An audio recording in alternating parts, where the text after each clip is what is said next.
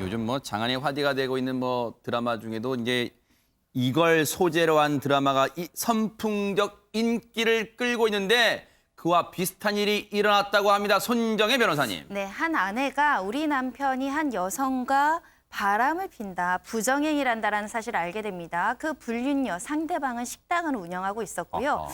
밤 10시에 이 아내는 그 식당을 찾아갑니다. 2018년 4월경에 있었던 일인데요. 네. 그리고 10시부터 이제 대화를 시작을 합니다. 뭐 화가 나고 흥분한 상태였을 수도 있는데 10시부터 그 다음 날 새벽 4시까지 5시간 동안 이런 신랑이 다툼은 이뤄지게 되고요. 언쟁이 오고 가는 중에 이제 아내 입장에선 굉장히 격분할 만한 상황이 되다 보니까 그랬겠죠. 이 불륜녀의 뺨을 때리게 되고요. 머리채를 잡아 끕니다. 어허. 그리고 식당 안에 있던 유리잔에 담긴 물을 뿌리고 아이고. 벽면에 붙은 연예인 사진도 찍고요. 음흠. 철제 의자, 수저통 이런 물건을 마구잡이로 던지게 됐고요.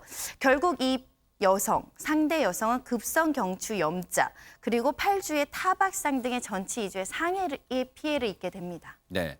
물론 위험한 행동을 상대방 불륜녀에게 하긴 했습니다만 그 심정이 오죽했겠어요. 그런데 오윤성 교수님, 불륜녀가 지금 부상을 당했다는데 급성 경추염자 이런 얘기가 나오는데 이게 무슨 말일까요, 대체? 이제 우리가 통상 이제 차를 몰고 가다가 뒤차가 이렇게 툭 박으면 앞차의 운전자가 이제 그 문 열고 나오면서 이 머리 뒤 만지고 아, 나오잖아요. 맞아요.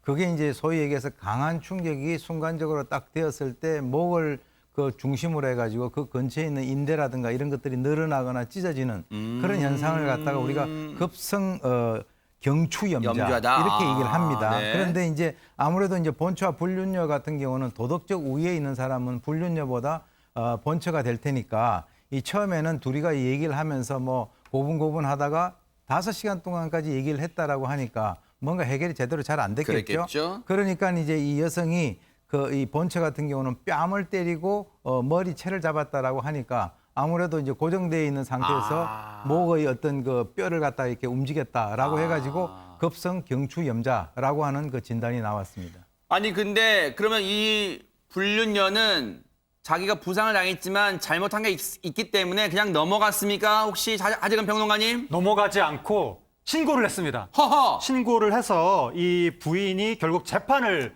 받게 됐는데 근데 이제 불륜녀를 때릴 때 맨손으로 때리지 않고 물건을 던졌잖아요. 그러니까 제목이 특수상해가 된 거예요. 아이고. 여기에다가 재물손괴까지 더해지면서 지금 1심이 국민참여재판으로 진행이 됐습니다. 아니 근데 손정희 변호사님, 국민참여재판이 이런 경우도 국민참여재판이 열리게 되는 거예요? 국민참여재판은 피고인이 신청할 수 있고요. 피고인 입장에서 좀 인정에 호소를 한다던가 법조인의 시각보다 일반인의 시각으로 배심원들의 의견을 듣는 것이 내 이익에 부합한다라고 생각하면 신청해서 판단을 받을 수 있는데 네. 아마도 이 아내인 피고인 측에서는 분명 폭행이란 건 굉장히 잘못한 것이지만 네. 그 경위에 비춰서는 좀 참작할 점이 있기 때문에 선처를 고하는 마음이 크지 않았을까 합니다. 네. 이게 결국 이 사건이 국민참여재판까지 가게 되는데 이 재판 과정에서 배심원 앞에서 이 아내 측은 어떤 주장을 했을까요, 오윤성 교수님? 지금 사실 이제 아내 측에서는 이렇게 주장을 합니다. 이 폭행으로 불륜녀가 상해를 입은 것은 아니다라고 하면서 이제 그 상해 부분에 대해서 무죄를 주장을 했거든요. 네. 그래서 이제 사실 이 특수 상해와 상해에 있어서의 어떤 그 처벌에 있어서의 그 차이는 상당히 심하기 때문에 지금 이제 그 이 본체 입장에서는 그 특수 상해를 입은 그런 정도는 아니다라고 주장을 하면서 이 네. 부분에 대해서 무죄를 주장했습니다. 아하. 일단 배심원들이 그 아내 주장을 곰곰이 들었을 거 아닙니까? 최진봉 교수님. 그렇습니다. 배심원이 7명인데 이 중에 5명은 유죄를 인정을 했어요. 아내분이 유죄라고요? 왜냐하면 이제 폭행이 있었으니까 유죄다. 거기까지는 인정을 했었는데 거기에 반전이 있습니다. 그러니까 유죄다 인정을 했습니다. 네. 무죄는 아니다 이거. 네. 왜냐하면 어쨌든 때렸잖아요. 아하. 그래서 유죄는 인정했는데 만장일치로 양형 의견을 이제 제시를 합니다. 그럼 이제 판사가 최종 결정을 하는데 그 배심원들이 올린 양형 기준을 가지고 재판을 이제 판결을 내리거든요. 참조를 하는 거겠죠? 그렇죠. 네. 근데 그 내용을 보면 네. 유죄임에도 불구하고 벌금형의 선고유예 판결을 내려야 한다 이렇게 내렸어요. 그러니까 유죄는 인정되지만 정상을 참작해야 된다. 제가 이해할 때는 네. 그 정도의 의견을 내면서 반전이 있었습니다. 선고유예가 뭘까요? 시청자분들을 위해서 설명 좀 해주세요. 손정희 변호사님. 그러니까 재판부에서 유죄라고 이제 선고를 하면서 일정 시간이 지나면 형 선고가 실효되게 하는 효과가 발생한다라고 보시면 될 것 같은데요. 한마디로 말해서 재판부에서 내릴 수 있는 가장 가벼운 선처다라고 보시면 되겠습니다. 네. 법정형이 아주 중하지 않은 재판 중에 여러 가지 점을 참작해서 재범 가능성이 낮은 사건에 대해서는 이 선고유예 판결로서 정가 사실이나 이런 것들에 대해서 두려워하시는 분들이 있잖아요. 이런 것들을 실효시켜 줄 수 있다라고 판단하시면 될 것 같습니다. 아무래도 지금 이 배심원들의 결정 보니까 사람이다 보니까 일반 시민들이다 보니까 조강지처 쪽으로 좀 기울었나요? 어떻습니까? 저는 그렇게 보여요. 일반인 배시민들은 법적 어떤 규정 뭐 이런 거 잘 모르시잖아요. 솔직히 얘기해서 그냥 가서 이게 정말 법 감정 우리가 얘기하는 그야말로 국민의 법 감정에 네네네. 이게 죄가 되느냐 안 되느냐 보고 따지는 겁니다. 네. 이런 표현을 제가 써볼게요. 정말 이해하기 쉽도록 쓰는 표현입니다. 이 그 맞으신 분 있잖아요. 이분에 대해서 이 배심원들이 제가 그냥 개인 생각입니다. 이거는. 분은 생각은 맞아도 싸다. 이렇게 생각하지 않았을까. 네. 왜냐면 바람을 피워가지고 남편이 어쨌든 하다 보니 가정의 파괴가 일어난 것이니까 아하. 이 일반인을 볼 때 이분들도 여기 뭐 주부도 계실 거고 결혼한 분도 계시지 않겠어요. 네. 아내 입장에서 봤을 때는 남편하고 바람 피워서 그 정도 그렇게 나쁜 행동을 했으니까 이 정도 네. 맞는 것은 아하. 어느 정도 그래도 인정될 수 있는 사회적 상규상 인정될 수 있는 부분이 아닌가 이렇게 판단했을 가능성이 있다고 보입니다. 재판부는 그러면 배심원들의 의견을 받아들였을까 궁금합니다. 그러니까 배심원들의 의견에 대해서 미국처럼 구속력은 없지만 가급적 존중하려는 태도를 보이고 있는데 재판부는 판결문에서 네. 불륜녀가 그 당시 상당한 공포심을 느꼈을 정도로 네. 피해 정도가 가볍지 않다. 그리고 CCTV도 분명히 있고 상해 진단서도 나와 있기 때문에 무죄로 판단할 수는 없지만 이 부분과 관련해서 벌금 300만 원을 내리면서 선고유예, 배심원들의 의견을 받아들여 선고유예를 선고하셨습니다.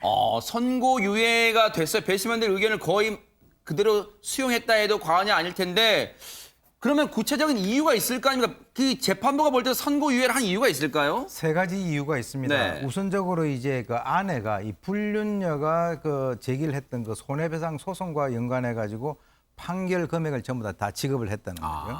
두 번째는 이 사건에 있어서 아까 얘기 나왔습니다마는 사실 이게 간통죄가 없어졌기 때문에 지금 불륜녀가 좀 떳떳한 것이지 옛날 같으면은 불륜녀가 그대로 그냥 들어갔을 거 아닙니까? 네. 그러니까 이 사건 발생에 불륜녀가 상당히 책임 있는 것은 확실하다. 네. 그리고 이제 그 이 가정이 파탄이 났잖아요. 네. 바로 이 그 본처가 이 아이를 갖다가 셋까지 낳은 모양이에요. 그래서 이 세 아이에 대한 이 양육을 혼자서 다 해야 된다라고 하는 이 세 가지 이유를 들었고요. 네. 그리고 이제 특수 상해 그 혐의에 대해 가지고는 사실은 이제 1심 재판부에서 이렇게 얘기했습니다. 아내가 이제 화가 나니까 뭐 철제 의자라든가 이 수저통이라든가 위험한 물건을 갖다가 던진 것이지만 그게 우연히 불륜녀를 향했을 가능성을 완전히 배제할 수 없다. 우연히? 즉 다시 말해서 그것은 어떤 그 고의성을 가지고 한 것은 아니다라고 해가지고 이 특수상해 부분에 대해서는 무죄를 선고했습니다. 네. 그러면 검찰도 듣고 보니까 재판부의 이 판단이 좀 합리적인 것 같다 이렇게 인정했을까요? 검찰이 물건을 던진 부분을 계속 문제를 삼는 거예요. 아. 그래가지고 특수상해 혐의인데 네. 이걸 어떻게 무죄를 선고하느냐 부당하다라고 하면서 검찰이 항소를 한 거죠. 아하. 2심에서 재판을 또 받았는데 네. 원심이랑 같이 벌금 300만 원의 선고유예 판결이 났습니다. 이 부분은 글쎄요, 손정희 변호사님 법에도 눈물이 있다 좀 봐야 되는 거예요. 어떻습니까? 일단은 폭행죄나 이런 상해죄의 여러 가지 양형을 고려할 때 왜 때렸는지 어떻게 상해 피해를 야기했는지를 좀 살펴볼 때 오히려 피해자가 범행을 유발하는 경우들이 있습니다. 오히려 뭐 공격을 한다던가 모욕을 한다던가 이러면 선처의 요소들이 될 수 있는 것이고요. 우리나라의 이제 간통죄가 사라짐으로 인해서 이제 부정행위 불륜에 대해서는 상대방에게 위자료 책임을 물음으로써 이제 문제를 해결하고 있는데 문제는 그 위자료가 적정하지 않은 수준, 내가 당한 고통보다는 낮은 수준이라고 생각하시는 분들이 많기 때문에 네. 직접적으로 자력구제라고 하죠. 가족 공격 행위를 함으로 인해서 나의 분노감이라든가 이런 걸 표출하는 경우가 있거든요. 어찌됐든 아내가 남편의 불륜 사실을 알고 있는 극도의 흥분 상태에서 우발적으로 일어난 범죄이기 때문에 벌금형인데도 선고유예까지 선처를 받았던 것으로 보이는데 네. 그럼에도 불구하고 불법을 불법으로 응대하시면 안 됩니다. 그렇죠. 차분하게 본인이 법률적으로 해결을 하셔야지 오히려 이렇게 폭행으로 대응하셨으니까 오히려 손해배상 청구를 당하시고 형사재판을 또 대응을 하셔야 되니까 불법엔 적법한 수단으로 그 반격하시는 게 필요합니다. 그러면서도 어쨌든 시청자분들 중에는 오죽했으면 그 아내분이 그랬겠냐 하는 마음도 많이 가지실 거예요. 이 판결, 이 사건에 대해서 누리꾼들의 의견도 궁금합니다. 김기영 아나운서. 네, 대부분이 조강지처의 편을 좀 들었습니다. 아, 그래요? 예, 네. 반응들이 조금 재미있는데요. 이거 네. 한번 살펴보도록 그럴까요? 하겠습니다. 네. 애가 셋이나 되는데 저 정도 화도 못 내냐. 가정 파탄도 보고 있어. 그냥 가만히 보고 있으란 말이냐. 전치 2주면 아무것도 아니다. 네. 라는 의견이 있었고요. 전치 주면 아무것도 아니다. 이 말은 여러분들 고지고대로 들으시면 안 돼요. 네. 네, 요거 이제 누리꾼의 의견입니다. 네, 그렇죠. 말 그대로. 네, 맞습니다. 그리고 네, 네. 두 번째는 남편을 잡으라고 남편을 맞아요. 아무리 여자가 유혹해도 남편이 안 넘어갔으면 아무 일 없는 거다라는 반응도 있었고 네. 검찰이 항소를 하다니 검찰 한가한가요? 라는 댓글도 있었습니다. 네. 그리고 남의 물건을 훔치면 절도죄인데 네. 남의 남편이자 아빠를 훔친 그 여자는 무슨 죄인가요? 무슨 죄목을 줘야 되냐요? 뭐 이런 반응이었고요. 네. 마지막으로 간통죄 부활시켜주세요라는 반응도 있었습니다. 이근데 손정혜 변호사님, 여기 네티즌 의견 중에요. 남편을 잡아라. 그 불륜녀한테 저렇게 막 따지지 말고 당신의 남편을 잡아라. 이 의견은 어떻게 봐야 돼요? 공동 책임입니다. 지금 이 사건에서도 아이 혼자 키우고 있고 가정이 파탄났다라는 것은 아내가 남편을 상대로 이혼 청구를 하고 아이에 대한 양육권과 친권도 모두 가져온 것으로 추정이 되기 때문에 불륜에 있어서는 사실상 배우자의 책임이 가장 크고요. 손해배상 청구를 하더라도 남편의 책임이 더 크게 나오는 겁니다. 네. 다만 우리 법에서는 우리 보통 불륜의 정신과 의사분들이 불륜의 정신적 고통은 배우자가 죽는 것과 동등한 수준으로 심각한 어떤 우울감이랑 공포감이 배신감이 든다고 하는데 문제는 위자료가 너무 적다는 데 있어요. 법원에서는 이런 정신적 고통에 상응하는 위자료를 인정함으로 인해서 실제로 이렇게 불륜녀한테 또는 불륜남한테 피해를 받는 분들에게 좀 적정하게 위자해줘야 되지 않을까 합니다. 이게요. 네티즌 분이 주신 마지막 의견에도 이제 간통죄 부활 저희가 무슨 찬성한다 그런 의미가 아니라 지금 위헌 판결 됐으니까요. 근데 최진봉 교수님 이게 정말 아이러니한 상황이에요. 검찰이 지금 이 아내분 불륜녀를 상대로 폭행을 특수상해를 입힌 아내를 상대로 항소를 제기한다는 게 참 아이러니한 상황입니다. 그러니까 이게 간통죄가 있었으면 이 여성분이 고소를 할 수 있었겠습니까? 오윤석 교수님 아까 얘기했잖아요. 본인이 도리어 이제 법의 처벌을 받아야 되거든요. 간통죄가 네. 있었다고 하면 간통죄가 없어지는 바람에 바람피는 것에 대해서 처벌할 수 없어요. 민사소송상 위자료 처분밖에 할 수 없는 거, 이사료 청구밖에 할 수 없는 건데 그러다 보니까 저렇게 당당하게 모르겠습니다. 저분이 당당하게 했는지 모르겠지만 뭐 바람을 피고도 그게 그렇게 책임감을 느끼지 못하는 경우들이 너무 많아요. 근데 그건 정말 조금 저는 개인적으로 화가 납니다. 그렇게 하면 안 된다고 보는데 그러다 보니까 검찰 입장에서는 뭐만 보겠어요. 폭행이 일어난 사건만 보는 거잖아요. 그 폭행이 왜 일어나겠는지 원인 제공자에 대한 판단은 거의 없어지게 돼요. 간통죄가 있었다면 원인 제공자에 대한 처벌도 할 수 있었는데 네. 간통죄가 없어지면서 그냥 원인 제공자에 대한 처벌이 못하게 되고 네. 그럼 결국 폭행했다는 사실만 보게 되니까 그 사람이 얼마나 화가 났으면 애 새 키우고 그 남편은 떠나가고 가정은 파괴되고 얼마나 힘들겠습니까 네. 이분이. 그 분노를 표현하는 방식이 저거였기 때문에 네. 검찰 입장에서는 법만 보고 아마 이런 조치를 취한 것 네. 같습니다.